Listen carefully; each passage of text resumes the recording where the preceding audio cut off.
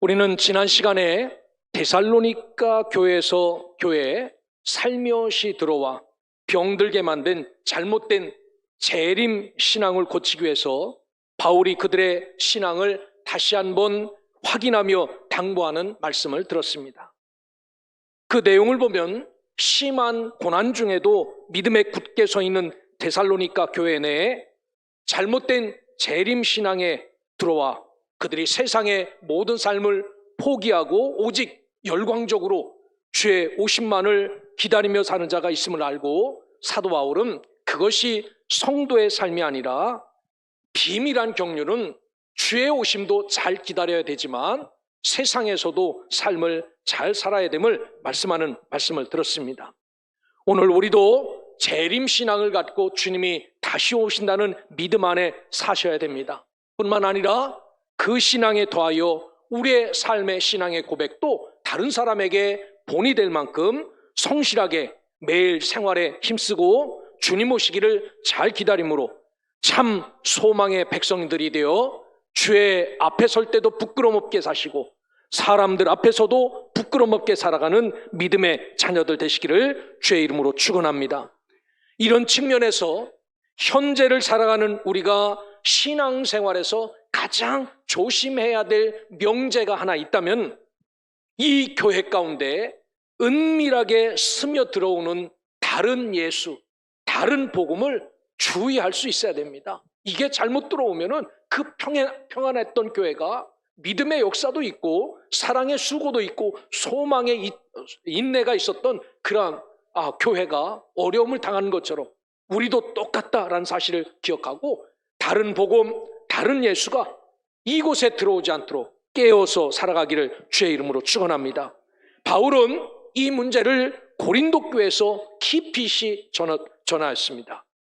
고린도후서 11장 4절에 보면 만일 누가 가서 우리가 전파하지 아니한 다른 예수를 전파하거나 혹은 너희가 받지 아니한 다른 영을 받게 하거나 혹은 너희가 받지 아니한 다른 복음을 받게 할 때는 너희가 잘 용납하는구나 라고 말씀합니다. 즉 사도 바울이 생명을 걸고 예수 그리스도의 참 복음을 이 데살로니가 교회 또 고린도 교회에 전했습니다. 그런데 이 고린도 교회는 참 예수, 참 복음을 내려놓고 오히려 다른 복음, 다른 예수를 열심히 받아들였다라고 말씀하시는 말씀입니다. 여러분, 오늘 우리도 믿음의 길을 걸어가면서 우리가 지금처럼 믿고 있는 이 복음, 이 예수 외에 실수하여 다른 복음을 따르거나 다른 예수를 믿어 우리가 믿음의 삶 속에 걸림돌이 되어 살아가지 않기를 주의 이름으로 축원합니다. 바울은 이처럼 다른 복음, 다른 예수를 믿고 따르는 자들에게 어떤 형벌이 내릴 것인지에 대해서 말씀을 합니다. 7절에 보면 뭐라고 이야기하냐면 주 예수께서 자기의 능력의 천사들과 함께 하늘로부터 불꽃 가운데 나타나실 때 그들이 그렇게 기다리던 재림신하 예수가 천사들의 나팔소리와 함께 불꽃 가운데 이 땅에 오실 때에 8절에 보니까 하나님을 모르는 자들과 우리 주 예수의 복음에 복종하지 않는 자들에게 형벌을 내리신다라고 말합니다. 여기서 말하는 하나님을 모르는 자와 복음을 복종치 않는 자라는 말씀을 다른 성경에서는 어떻게 표현하냐면 디도서 1장 16절에 그들이 입으로는 하나님을 시인하나라고 말합니다. 입으로는 정말 척척 박사다라는 말입니다. 하지만 행위로는 부인하니 가증한 자요 복종하지 아니하는 자요 모든 선한 일을 버리는 자다라고 성경은 말씀합니다. 그렇습니다.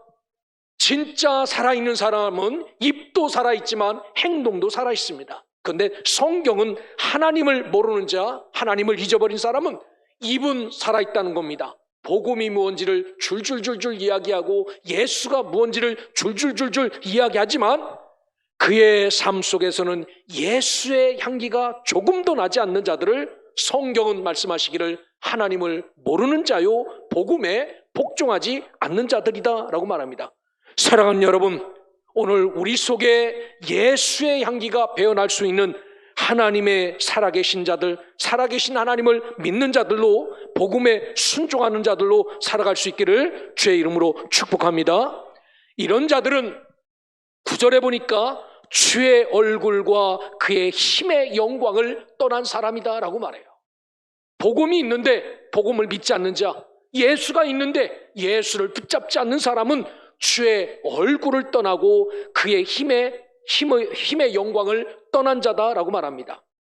역대상 16장 11절과 시편 105편 4절, 이 두 절은 역대상과 시편에 기록되어 있는데요, 토시 하나 틀리지 않고 똑같은 말씀입니다. 거기에 어떤 말씀이 기록이 되어져 있냐면 여호와와 그의 능력을 구할지어다 라고 말합니다. 하나님의 능력을 구하라는 겁니다. 그의 얼굴을 항상 구할지어다 라고 말합니다. 하나님의 얼굴을 찾으라는 겁니다. 성경에서 주의 얼굴 앞에 서는 것과 주의 얼굴을 떠나는 것은요, 천지차이입니다. 주의 얼굴 앞에 서는 것은 영생을 말하지만 주의 얼굴을 떠나는 것은 멸망을 말하기 때문입니다. 저와 여러분은 날마다 주의 얼굴과 그의 은혜 아래 거하는 자가 되어야지, 하나님을 모르고 복음에 순종하지 않아 꼭 닮은 것은 예수 믿는 자 닮았지만 주의 얼굴도 그의 힘의 영광도 떠난 자들이 되지 않기를 주의 이름으로 축원합니다. 그러면서 이런 자들은, 즉 예수님의 복음에 복종하지 않는 자들은 영원한 멸망의 형벌을 받을 것이다 라고 9절 뒤에 말씀을 하세요. 이 영원한 멸망의 형벌, 이 멸망은요, 올레드로스라는 헬라어입니다. 폐허를 뜻하는 겁니다. 아무것도 살지 않아 다 붕괴되어진 폐허를 올레드로스, 이게 멸망입니다. 하나님을 떠난 영혼은 이렇다는 겁니다. 하나님의 얼굴을 피하여 떠난 사람은 이 멸망, 폐허와 같이 완전히 붕괴된 형벌을 받을 것이다 라고 말합니다. 하나님의 참뜻에 귀도 기울이지 않고 듣지도 않고 그것으로부터 순종하지 않는 자는 주님이 불꽃 가운데 나타나실 때 죽음과 징벌과 완전한 파괴의 처벌을 내리실 것이다 라고 말씀하는 말씀입니다. 따라서 우리도 마지막 시대를 살아가면서 우리를 다른 복음과 다른 예수에게로 이끄는 악한 영들을 잘 분별하여 하나님의 멸망의 형벌 앞에 서지 않고 오직 주의 은혜와 얼굴 안에 설 수 있는 믿음의 백성, 자녀들 되시기를 주님의 이름으로 축원합니다. 자, 지금까지는 하나님을 잊어버리고 복종하지 않는 자들이 받을 형벌에 대해서 말씀하셨다면은 10절부터는 주 예수의 복음에 복종하며 주의 얼굴을 구하며 사는 자들이 누릴 은혜에 대해서 말씀을 합니다. 10절은 이렇게 시작합니다. 그 날에 그가 강림하사, 주님의 때에, 언젠진 모르지만 주님이 이 땅에 강림하신다는 겁니다. 재림신앙을 갖고 있어야 이분을 만나는 것 당연합니다. 그 날에 그가 강림하사 그의 성도들에게서 영광을 받으시고, 여러분 만약 우리 주님이 지금 이 시간 이곳에 오신다면 여러분 어떻게 하겠습니까? 도망가서 숨으시겠습니까? 아니면 그분 앞에 박수를 확 치면서 할렐루야 주님 오십니다 라고 기뻐하겠습니까? 아마 진짜 예수를 잘 믿는 사람들은 그분이 이 땅에 내려오실 때 기뻐하며 주여 모든 영광을 다 받으시라고 그렇게 찬양할 겁니다. 모든 믿는 자들에게서 놀랍게 여김을 얻으시리니 라고 말합니다. 오늘 9절부터 12절 안에는 특별한 단어인 영광이라는 단어가 4번 나옵니다. 독사라는 겁니다. 아주 거룩, 위엄, 장엄, 탁월이라는 말입니다. 이게 4번 나오는데 특이한 점은 이 영광이라는 말씀을 중심으로 떠나는 자가 있고 영광이라는 말씀 앞에 참여하는 자가 있습니다. 어떤 사람이 이 영광이라는 단어 앞에 다가오고 참여하는 자입니까? 다른 사람이 아닙니다. 복음을 순종하고 하나님을 아는 자, 그의 얼굴을 찾는 사람은 이 영광에서 떠나는 자가 아니라 영광 앞으로 오는 자지요. 그런데 이 비질 때문에 삶이 무너지고 복음이 무너진 사람은 얼굴 돌리고 영광에서 떠난 자가 된다라고 말합니다. 사랑하는 소명의 성도 여러분, 하나님을 모르고 복음에 복종하지 않던 자들은 영광을 떠나 멸망받게 될 자들이지만, 반면에 환난 중에서도 복음에 복종하던 성도들은 영광에 참여하는 자들이다라는 사실을 기억하고 오늘 저와 여러분들이 이 영광에 참여하는 자가 될 수 있기를 주의 이름으로 축원합니다. 성경에 보면요, 오실 예수님만 영광을 받는다라고 말하지 않아요. 거기에 참여하는 우리도 영광을 받는다라고 말합니다. 빌립보서 3장 21절에 보면 만물을 자기에게 복종하실 수 있는 자의 역사로, 만물을 자기에게 복종할 수 있게 하는 자의 역사, 누구의 역사입니까? 예수 그리스도의 역사입니다. 이 역사로 우리의 낮은 몸을 자기 영광의 몸의 형체와 같이 변하게 하시리라 라고 말합니다. 더럽고 부정하고 꺼내놓을 수 없는 우리 육체를 하나님이 어떻게 만드신다고요? 하나님 앞에 설 수 있을 만큼 몸의 형체를 변하여 영광의 형체로 만들어 주신다라고 말씀합니다. 그래서 고린도후서 3장 18절에 보면 우리가 다 수건을 벗은 얼굴로 거울을 보는 것 같이 주의 영광을 보매 그와 같은 형상으로 변화하여 영광에서 영광에 이르니 곧 주의 영으로 말미암음이라 라고 말합니다. 우리 하나님의 거룩한 영이 이 땅에서 고생스럽고 힘들고 어렵게 믿음을 지키며 주님 앞에 갔을 때 우리를 영광에서 영광으로 인도하시고 세우시는 그분이다 라고 말합니다. 이것을 어떤 수건 뒤집어 씌워놓은 것처럼 이게 긴가민가 이렇게 살지 말고요, 이거 벗어 던진 것처럼 우리 두 눈으로 똑똑히 보는 것처럼 이런 영광을 보고 믿음 떠나지 말고, 이런 영광을 보고 비질리에 빠지지 말고 이런 영광을 보고 예수 꼭 붙잡고 살라 말씀합니다. 여러분 모두가 이 영광 가운데 참여할 수 있기를 주의 이름으로 축원합니다. 그러면서 오늘 성경은 이 10절에 보면 끝에 가로 열고 뭐라고 말씀하시냐면은 우리의 증거가 너에게 믿어졌음이라 라고 말합니다. 우리의 증거가 너에게 믿어졌다. 이 말씀을 표준 세번역 성경은 어떻게 기록하냐면요, 여러분은 우리가 여러분에게 전한 증거를 믿었습니다 라고 해석하고 있습니다.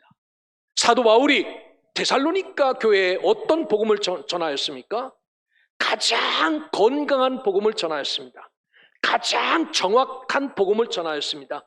가장 바른 복음을 전하였습니다. 그 이야기예요. 그렇게 전해준 복음을 누가 믿었다는 겁니까? 데살로니가 교회 교인들이 건강한 복음, 정확한 복음, 바른 복음, 전달된 복음을 그들도 똑같이 믿었다라고 말합니다. 그런데 이렇게 써놓은 이유가 뭡니까? 왜 가장 건강하고 정확하고 바르게 전달된 복음을 믿었는데 이것을 버리고 여러분들은 왜 병들었습니까? 라고 묻는 거예요. 병들었습니까? 왜 엉뚱한 신앙을 붙잡고 살아서 그것 때문에 이 교회가 혼란 가운데 빠졌습니까? 라고 묻는 겁니다. 제가 우리 감리교 웨슬리 선교 훈련은 1년에 2과목을 강의합니다. 1학기 때는 선교사의 문화에 대해서 75분짜리 수업을 2번 강의합니다. 2학기 때는 현대 선교의 전략에 대해서 똑같이 75분짜리 2번을 강의합니다. 올해도 19명의 선교사 후보생들이 와서 말씀을 듣습니다. 여러분, 선교사는 어떤 사람인가? 진짜 예수의 정확한 복음을 그대로 복사하듯이 이 선교지에 옮기는 게 선교사입니다. 여기에 더해도 안 되고 빼도 안 됩니다. 그래서 그들에게 강의할 때 정말 우리는 중요한 사람입니다. 밑그림을 잘 그려줘야 됩니다. 예배라는 밑그림을 우리가 엉뚱하게 그리면은 그 사람들은 예배가 뭔지 모릅니다. 말씀이란 밑그림 뿐만 아니라 봉사, 헌신, 교육 모든 그림이 있죠. 잘 그리고 페인팅은 색칠하는 것은 선교사 혼자 다 해버리면은, 선교사 떠나면은 그곳에 남아있는 사람은 예배를 어떻게 색칠하는지, 봉사를 어떻게 색칠하는지 모르기 때문에 색칠할 때는 함께 해야 됩니다. 느려도 답답해도 속이 터져도 그들과 함께 색을 칠해야 선교사가 떠나도 그 자리에 예배의 색은 이거구나, 봉사의 색은 이거구나, 교육의 색은 이거구나 라고 이렇게 가르칩니다. 정말 선교사로 살면서 가장 감사했던 것은 무엇이 감사했냐면요, 우리나라 이 땅에 정말 건강하고 정말 정확하고 정말 바른 복음이 증거된 것을 너무나도 감사했어요. 왜? 세상에는 그렇지 못한 데가 너무나도 많아요. 어떤 데는 저 유럽 쪽에서 복음이 들어온 그 신앙을 보면요, 완전히 자유주의 신학이 들어갔고요, 이게 바른 복음도 아닙니다. 너무나도 각색돼서 인간 위주의 복음입니다. 그래서 때로는 그런 교회들을 보면 이거를 기독교라고 말해야 되나 말아야 되나라고 말할 만큼 아주 곤란한 그 퇴색되고 어쩌면은 다 흐지부지 돼서 토착화돼서 기독교라고 말할 수도 없고 아니라고 말할 수도 없어요. 그런데 우리 이 땅에 뿌려진 복음은요, 너무나도 정확한 복음입니다. 18세기 말에 그 미국이 영적 각성 운동이 활발하게 이루어질 때 완전히 정화된 그 복음을 갖고 선교사들이 이 땅에 들어왔는데 내년이 140주년이 되는 해입니다. 정말 건강한 복음이 이 땅에 뿌려진 것을 감사했어요. 그런데 세상에서 가장 이단이 많은 나라가 이 나라입니다. 세상에서 자기가 하나님이라고 떠드는 사람이 가장 많은 나라가 이 나라입니다. 가장 내가 예수라고 고백하는 사람이 제일 많은 나라가 이 나라예요. 웃기지 않습니까? 가장 정확한 복음, 가장 바른 복음, 가장 물들지 않는 진짜 복음을 이 땅에 전해줬는데 그런 사람들이 수없이 많다라고 말합니다. 여러분, 오늘 저와 여러분들은 우리에게 전달된 이 복음이 변질되지 않도록 바른 복음, 바른 예수를 우리 후손들에게 잘 남길 수 있고 넘겨줄 수 있는 건강한 교회가 되기를 주의 이름으로 축원합니다. 우리가 받은 복음은 진짜 복음입니다. 우리가 받은 복음은 정말 바른 복음이고 우리가 받은 복음은요, 정확한 그런 복음이에요. 그런데 이 복음을 갖다가 우리가 각색해서 아무 영양가도 없는 껍데기를 우리 후손들에게 넘겨줄 수는 없지 않습니까? 데살로니가 교회에게 이야기한 것은 내가 너희들에게 전해준 것은 건강하고 정확하고 바른 복음이 전달되었고 여러분들이 믿었습니다 라고 말하는 겁니다. 그런데 결과는 왜 이런 문제가 났습니까? 라고 사도 바울이 질책하는 마음이 여기에 포함도 되어 있는 거지요. 그러기에 우리도 전달된 바른 복음을 잘 믿고 이 복음을 잘 의지하여 이 복종하고 순종함으로 하나님 앞에 영광 돌릴 수 있기를 주의 이름으로 축원합니다. 그러면서 오늘 성경에 보면 12절에 바울의 기도로 속마음을 그들에게 전달해요. 이 기도로 그들을 야단도 치고 이 기도로 그들을 깨달으라고 말도 하고 이 기도를 통하여서 바꿔서 삶을 잘 살아라 라고 말합니다. 여기에 보면은 11절과 12절에 세 가지 기도 제목을 나눠요. 첫째는 11절에 보면 하나님이 너희를 부르신 그 부름에 합당한 자로 살아라 라고 말합니다. 이 부르심에 합당한 자. 5절에도 보면 합당한 자로 여김을 받게 하려 함이니 라고 말합니다. 여기서 말하는 부르심이라는 이야기는 클래시스입니다. 초대받은 허락받은 일입니다. 저와 여러분이 허락받은 일이 다 다르죠. 나는 목사로, 여러분들은 장로, 권사, 집사, 성도로 다 초대받았어요. 이게 부르심을 받은 겁니다. 초대받은 일이에요. 그런데 어울리지 않게 살아봐요. 목사인데 목사로 어울리지 않게 살고 장로로, 권사로, 집사로 어울리지 않게 살면은 여러분 어떡합니까? 그래서 이 데살로니가 교회 교인들에게 사도 바울이 기도를 하면서 부르심에 합당한 사람, 초대받은 일에 합당하게 악시오스, 아주 적합하고 어울리게 살아보십시오라고 당부하는 말씀입니다. 사랑하는 소명의 성도 여러분, 저와 여러분들도 마찬가지입니다. 저 사람은 목사라는 걸 다 알아요. 나가면은 제가 목사라는 거 다 압니다.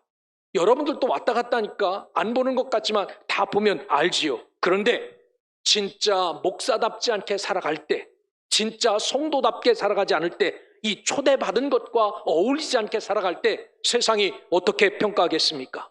아마 세상이 우리를 아주 심하게 평가할 겁니다. 그러기에 바울의 권면처럼 나를 초대해 주신 이 초대의 자리에서 그 자리에 어울릴 만큼, 그 자리에 적합할 만큼 잘 살아낼 수 있는 믿음의 백성, 하나님의 자녀들 되시기를 주의 이름으로 축원합니다. 그리고 또 하나 유념해야 될 게 있어요.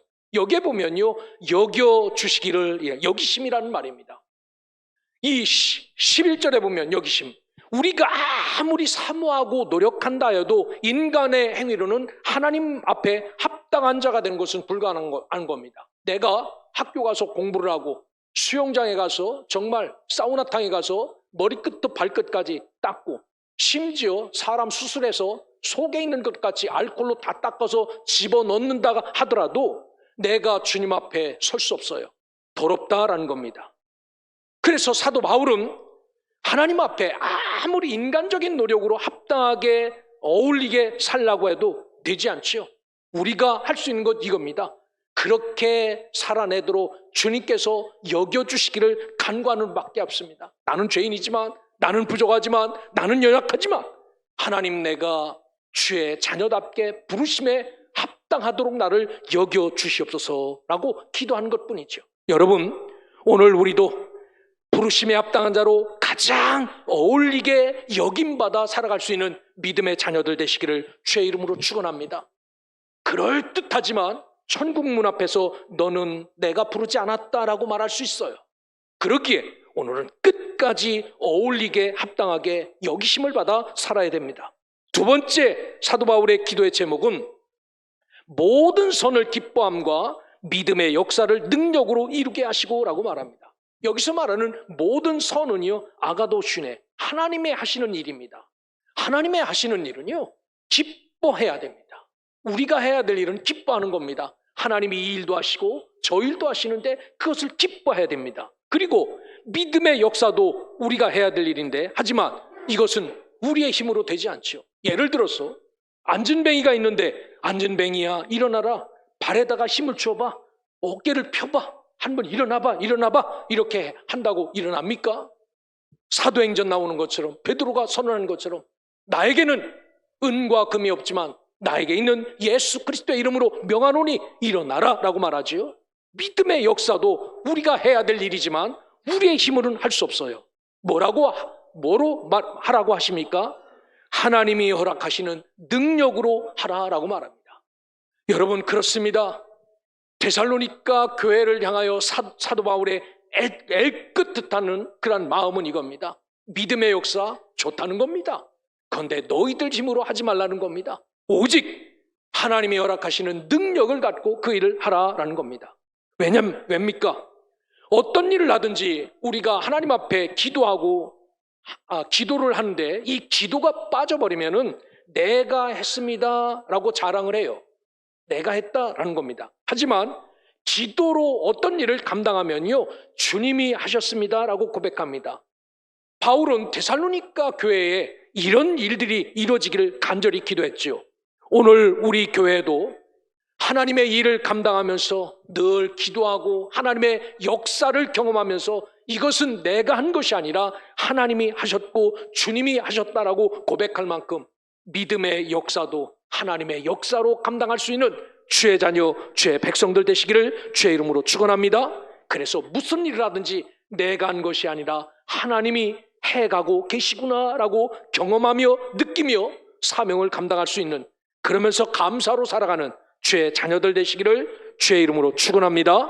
12절 마지막에 보면 우리 하나님과 주 예수 그리스도의 은혜대로 우리 주 예수의 이름이 너희 가운데서 영광을 받으시고 라고 말합니다. 이는 예수 그리스도의 이름이 온 성도들 가운데 영광과 높임을 받을 수 있도록 기도한다라고 말하죠. 그렇습니다. 우리도 늘 기도하지 않습니까? 모든 영광을 주님이 받으시라고 이렇게 기도하지 않습니까? 그렇습니다. 기도의 핵심은 뭡니까? 내가 한 일, 우리가 한 일을 자랑하는 것이 기도의 핵심이 아닙니다. 주님이 하실 일과 주님이 하신 일을 자랑하는 것, 높인 것이 이 기도의 핵심입니다. 그래서 여기도 보면은 우리를 위하여 놀라운 역사를 이루신 하나님 아버지의 은혜와 사랑을 높이며 살아가야 된다라고 말하지요. 그렇습니다. 오늘 우리가 이렇게 엎드려 기도하는 것은 하나님의 거룩한 이름이 영광 받으시기를 기도하는 거지요. 내 것 자랑하고 우리가 한 일을 자랑하려고 기도하는 것 아닙니다. 그런 놀라운 하나님의 섭리와 은혜를 자랑하려고 기도하죠. 여러분, 우리도 하나님이 영광 받으시길, 우리가 하는 이 모든 사역을 통하여 내가 드러나는 것이 아니라 오직 하나님만 높여지고 하나님의 이름만 영광 받으실 수 있는 그러한 믿음을 가지고 살아가는 소명의 성도들 되시기를 주의 이름으로 축원합니다. 오늘 이 말씀 속에서 우리는 바울의 마음과 하나님의 마음을 발견하셨으면 좋겠습니다.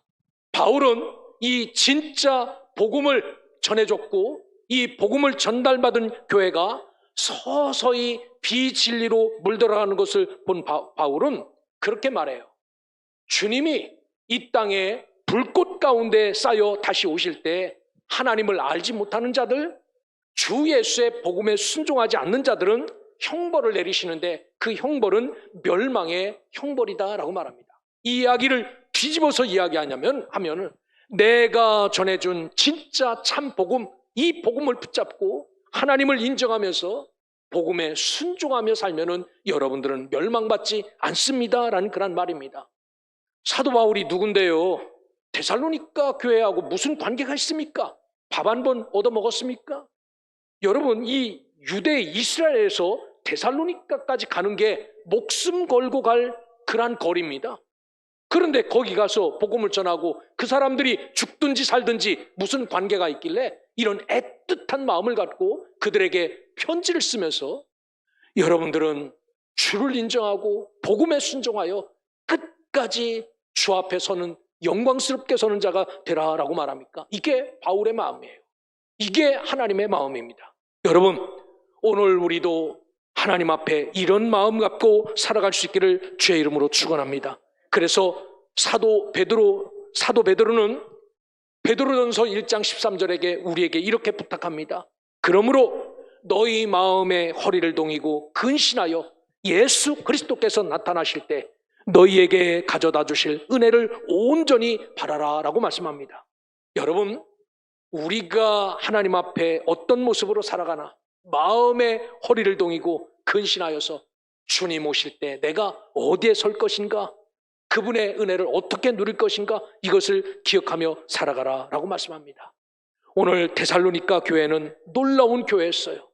짧은 시간에 엄청난 하나님의 역사, 하나님의 사랑, 하나님의 소망을 갖고 살았던 그런 사람입니다. 그런데 왠지 모르게 여기에 스멀스멀 물들어온 그러한 비진리 때문에 오늘 당하지 않을 고난 가운데 이렇게 아픔을 누리지 않아도 되는 이 가운데 아픔을 누리는 교회로 전락하였습니다. 이유는 하나님의 말씀 참 복음대로 살지 않았기 때문입니다.